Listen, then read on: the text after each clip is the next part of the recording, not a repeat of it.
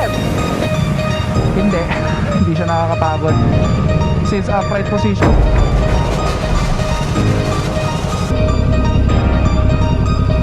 Gago.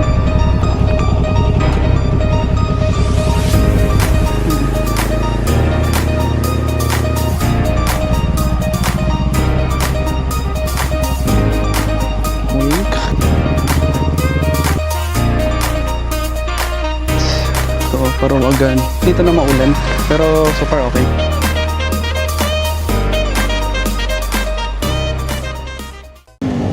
So what is up mga ka-ride ones? And for today's video ay aakit tayo ngayon ng Montalban, ano? May dadalawin lang tayo na isang place doon. Tingnan natin kung open sila ng Sunday. Kung wala sa channel ko, huwag kalimutan mag-like, subscribe, and hit the notification bell para ma-notify naman tayo sa mga bagong uploads natin. So sasabak natin to si Blessy sa ano sa uphill tsaka sa off-road. As you can see, maganda yung weather natin today. Tapos wala namang ulan, for sure. Hindi naman siguro umulan doon sa lugar na yon. So stay tuned. So hindahan pala natin mga ka-ride ones ay sa Litex. Tapos ano, Payatas Road. So nag-shortcut lang tayo dito kasi medyo matraffic doon sa kabila eh. So natapat din na Sunday, kaya ayun. Karamihan kasi yung mga umaakit na mga ano doon, yung mga hikers ganun, Sunday lagi. Kasi yun lang yung mga free time ng mga tao para mag unwind. So let's check the area no sa pupuntahan natin. Siguro takbo lang natin ito, wala pang 1 hour. Pag sasakyan kasi almost 1 hour yung takbo natin eh. Sabi ang init ngayon guys ha. Pero tolerable naman. I'm not sure kung ilang degrees.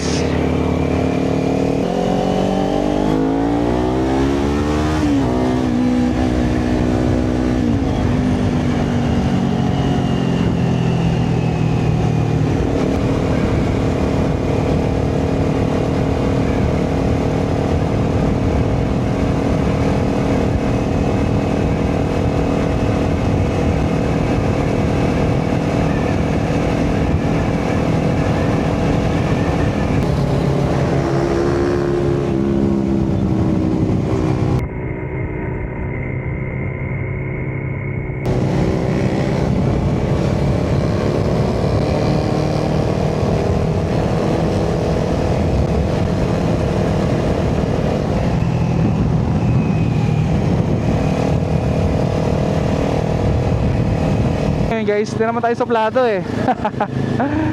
So I don't know, nag-aas na siya kung open yung 360. So try natin i-upload to mamaya sa ano, sa TikTok natin.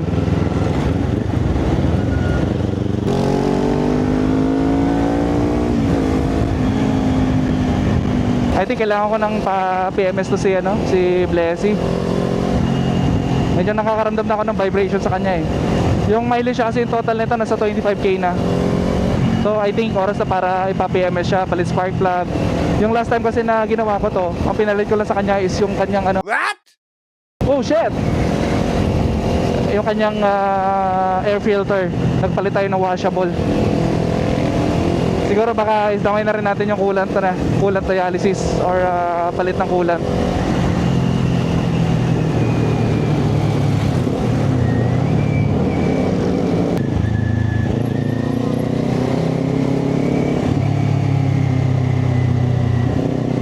So, papasok na tayo ng ano, papasok na tayo ng Payatas Road. So ingat tayo dito kasi last time lang may na-aksidente dito eh, nasagasaan yung ano, matanda. Kawawa naman si nanay. Na blind spot siya ng truck eh. Alanganin kasi talaga tong ano na to. Alanganin yung ano dito yo. Pagka truck talaga kailangan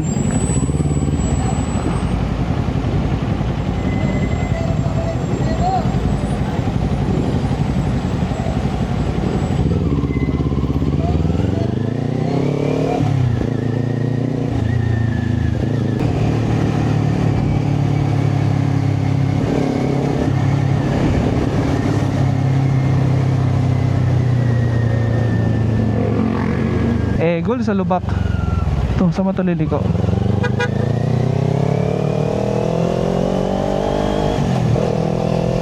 Pag sasakyan dala ko dito, putik, baka wala pa ako dito.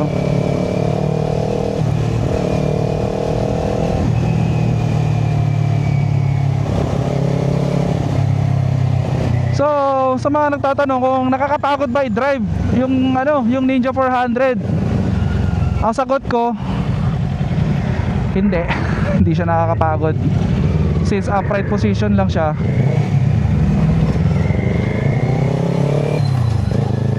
Since upright position yung position natin, medyo naging aggressive lang to kasi gawa nga nang nagtaas tayo ng shifter eh. So medyo angat yung paa natin. Tapos medyo sumubsob siya ng konti. Pero overall hindi pa rin siya nakakapagod. Kaya pa rin siya magbalikan ng Batangas na na wala kang nararamdaman dito sa sa lower back mo, ganoon. Kaya worth it pa rin talaga na bumili ng mga ganitong klaseng motor. Siguro same sa sa Ninja 500 kasi almost parehas lang naman sila. Tsaka sa I guess sa hula ko lang sa tawag dito sa CBR 500R. Ayan. So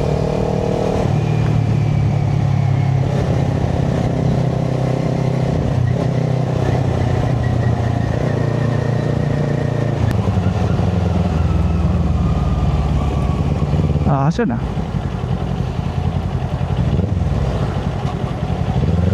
solid.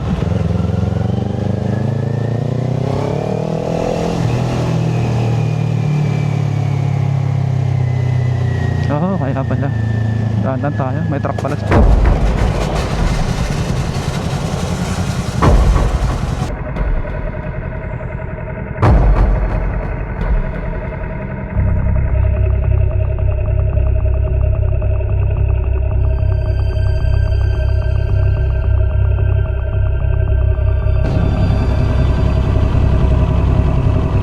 gago, yung plate number ko. Shit.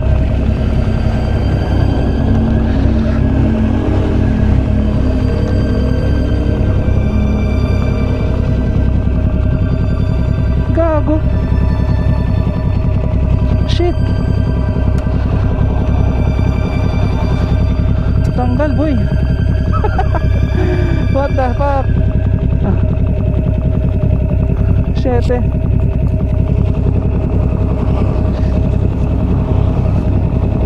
Buti uminto agad ako.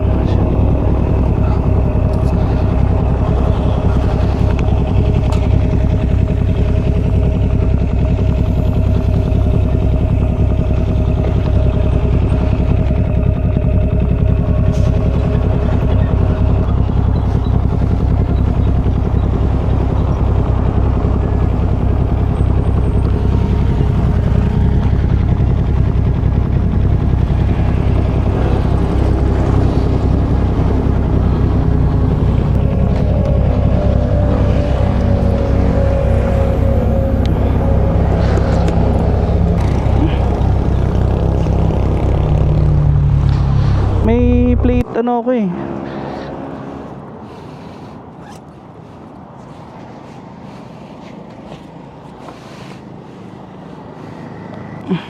Diretso na lang tayo, malapit na tayo.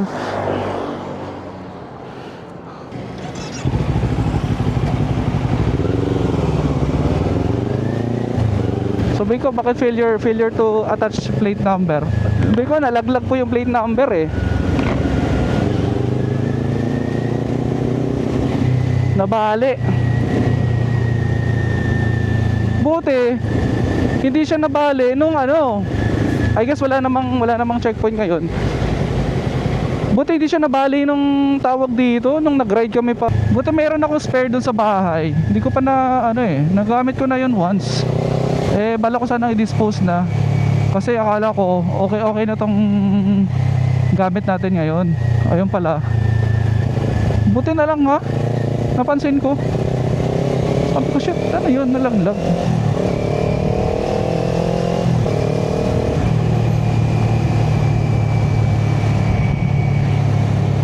Uy. So, dito na tayo ngayon guys. Montalban na tayo. So, pupuntahan pala natin is Rawagan. Sorry. Parbakan muna tayo.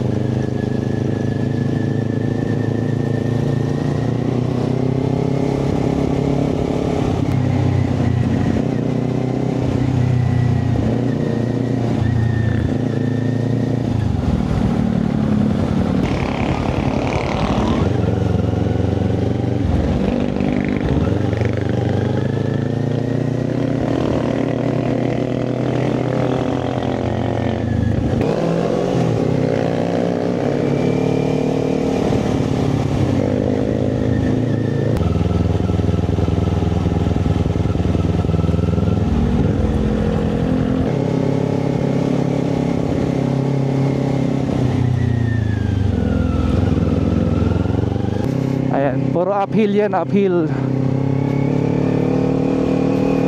Sabi po. Ito na to eh, paangat na talaga to. Mali yung gearing natin dito, ano eh, first gear, second gear lang. To, taas. Taas talaga to.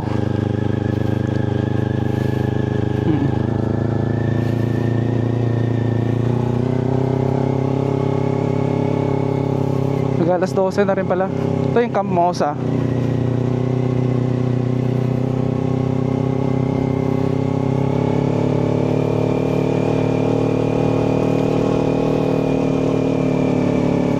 Sana di tayo maabutan ng ulan.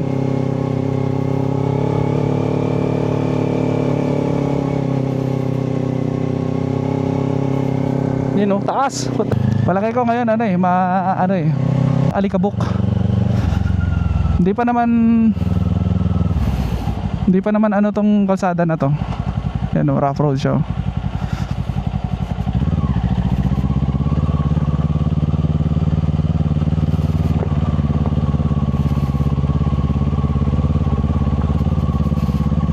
Hahaha.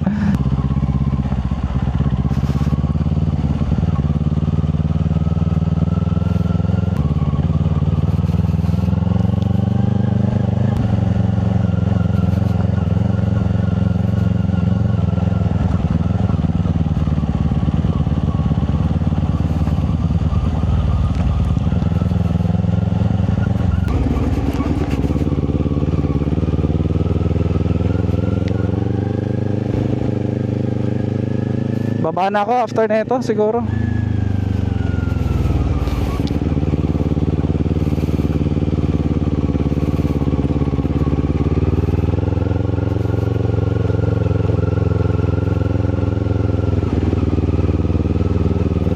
Panis, second gear lang.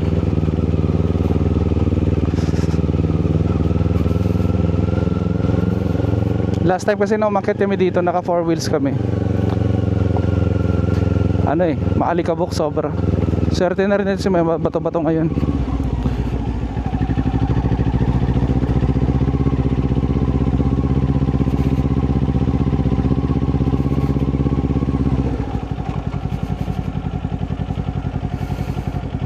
Go.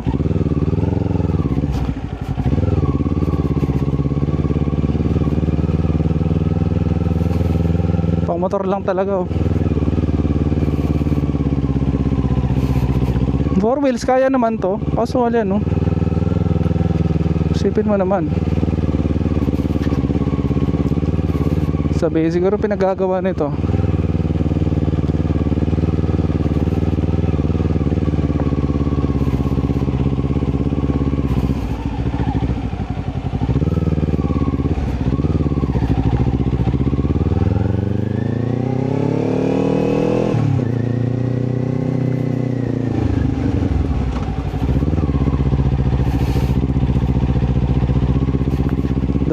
Madulas to mamaya pagbaba.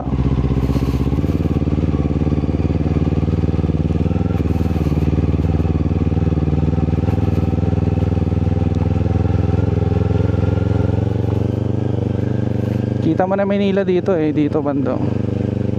Pag angat mo. Ayan oh.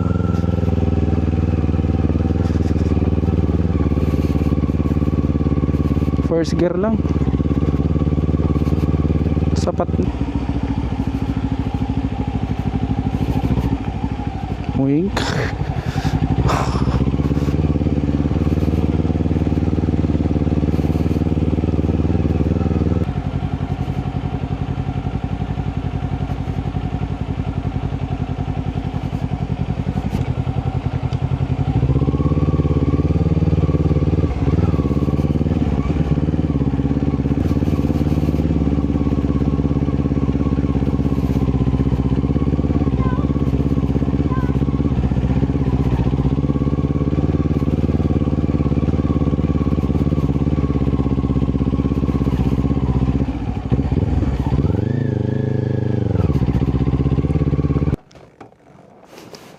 Dito tayo sa Silayan na sinasabi ko. Aray ko.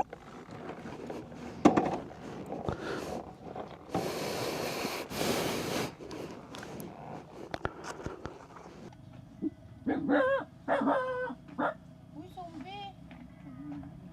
Zombie, come here.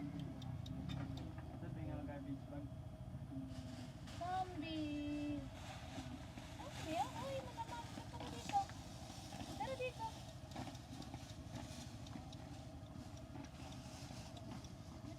Ano mo? Silayan. So baba sa tapat lang to ng Jets. To Parawagan. Papuntang Parawagan. Akit pa sana ako kasong kondisyon ng lupa. Mahirapan ako. Medyo madulas yung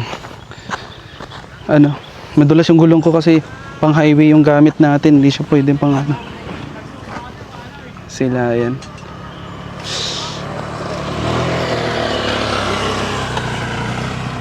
Medyo may ibang part dito na maulan. Pero so far okay naman.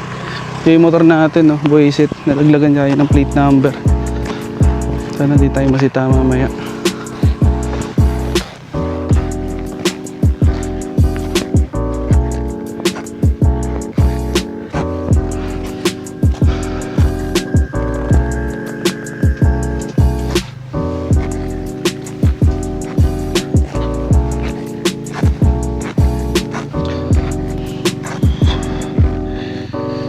Campsite mula dito hanggang dito.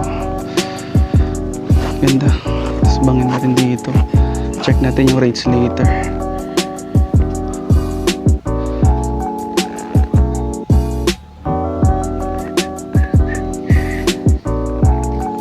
Ito Wawa na yan yung sa baba. Wawa Dam. Grabe ang ganda dito. Mainit lang.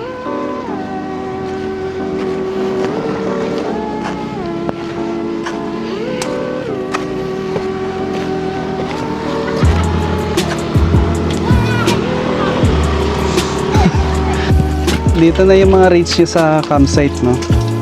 Nakita ko na to sa TikTok eh. Please.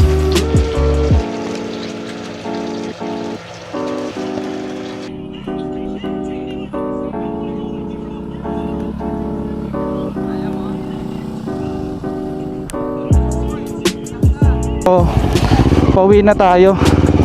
Yan, di pala nag-record kanina, bad trip. Ayan, so kung nagtatanong kayo pala regarding dito sa I think etong campsite, etong coffee shop na pinuntahan natin is in-offer din sila na campsite tsaka ayun, kahit anong motor nakakaakyat dito nakita ko may ADV, may Navi. Sobrang tarik ko. Naalay lang talaga sa preno kasi medyo madulas eh. May Navi, ADV, may Mio pang umaakit dito eh. So ayun, mga ka-ride ones, pababa na tayo. Maraming salamat sa pagsubaybay sa ating channel. At kung bago ka lang sa channel, huwag kalimutan mag-like, subscribe at hit the notification bell para ma-notify naman tayo sa mga bagong uploads natin. So ayun na, pababa na tayo. At ayun, kita-kits na lang sa next vlog. Ciao!